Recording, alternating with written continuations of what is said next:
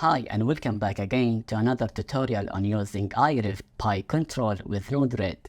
In this video we will learn how to work with OLED display. In the palette you will notice a specific section of nodes designed to work with OLED, making the process straightforward. Let's try some of them to give an idea of how to use them. We will start with the string node. Drag it to the workspace, then open the properties and set the bus address to 3C. Then click on the help icon to learn how to use this string with the function node. As you can see, we need to set a payload to the following parameters. Let's use the provided example. Drag a function node, open its properties, and write this code to activate the string node.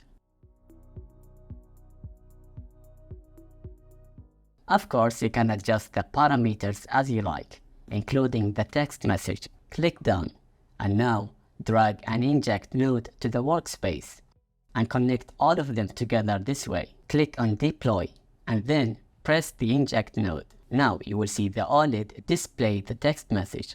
You can try other OLED nodes using the same principles. For example, let's see how we can draw a battery display on the OLED using the battery node. From the help window, you will see how this node works. Basically, all you have to do is use the provided example in the function node and repeat the same process.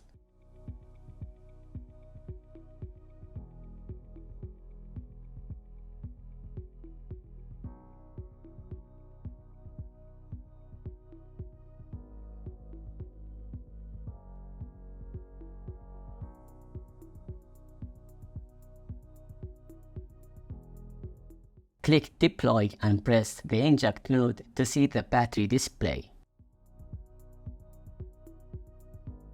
Lastly, let's see how we can use the clear node to clear all the display. All you have to do is drag this node and connect to it an inject node. That's it. Now, once activated, you will notice the OLED has been cleared.